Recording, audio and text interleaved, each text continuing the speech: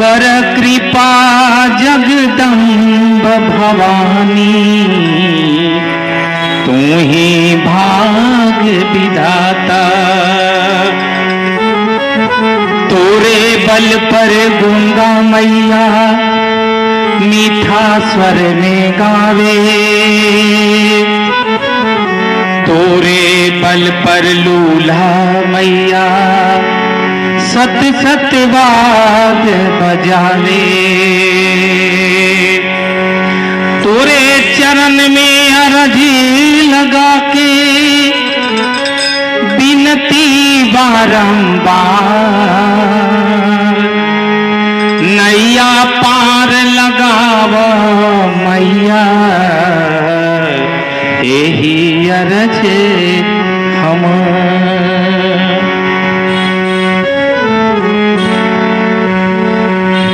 विनती करही बार बार, विनती करही बार बार, ए मैया नैया पार तू लगावा। विनती करही बार बार, ए मैया नैया पार तू लगावा। पार तू लगावा नैया राह तू दिखावा, पार तू लगावा नैया राह तू दिखावा। सकला पलग है अन्हार, ए मैया नैया पार तू लगावा। सकला पलग है अन्हार, ए मैया नैया पार तू लगावा। विनती करही बार बार, ए मैया नैया पार तू लगावा।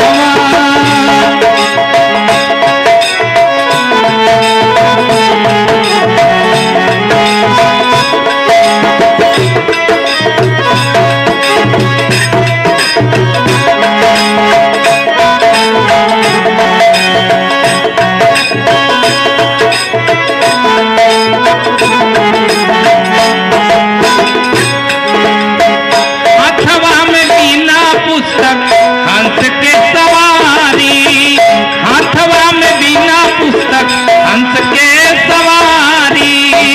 महिमा महान तोरा पूजे नर नारी, महिमा महान तोरा पूजे नर नारी।